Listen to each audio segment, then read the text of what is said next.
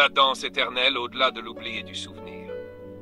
Elle se laissa être, sans effort, sans intention, sans but, comme une rivière qui s'écoule sans se demander où elle va, comme le vent qui joue entre les feuilles sans savoir qu'il est vent, comme la lumière du soleil qui n'a pas besoin d'éclairer car elle est simplement lumière.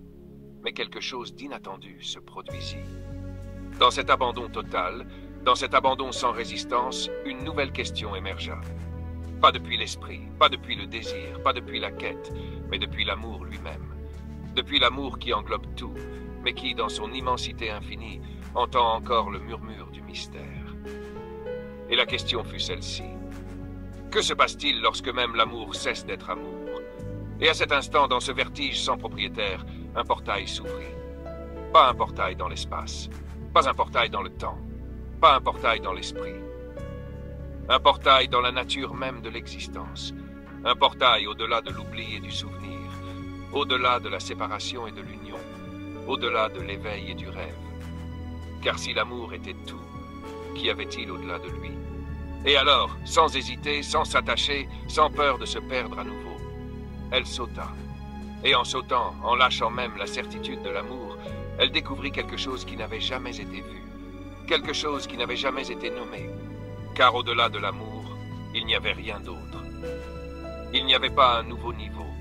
Il n'y avait pas une vérité ultime attendant d'être révélée. Il n'y avait pas un horizon caché derrière la brume.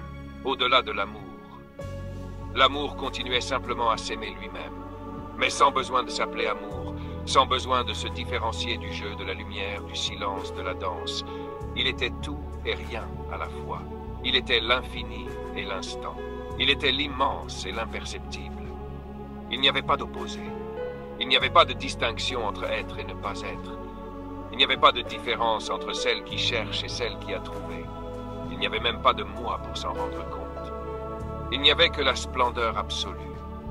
Une splendeur sans source. Une splendeur sans lumière ni obscurité. Une splendeur si pure qu'elle contenait tout ce qui avait été, tout ce qui est, tout ce qui sera, et tout ce qui ne viendra jamais à exister. Une splendeur qui n'était pas différente d'elle-même, qui n'avait pas d'histoire, qui n'avait pas de temps, qui n'avait pas besoin de se souvenir, car elle ne s'était jamais perdue. Et alors elle comprit. Elle comprit ce qui ne peut jamais être compris, ce qu'aucun langage ne peut saisir, ce qu'aucune pensée ne peut enfermer. Et dans cette compréhension sans mots, sans concept, sans identité, elle disparut. Pas dans le vide, pas dans le néant, pas dans la dissolution d'un éveil définitif, mais dans la plénitude la plus absolue qu'elle ait jamais ressentie. Et à cet instant, tout recommença.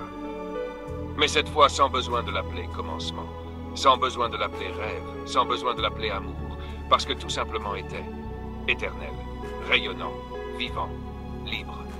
Et dans cette liberté absolue, la danse ne s'est jamais arrêtée.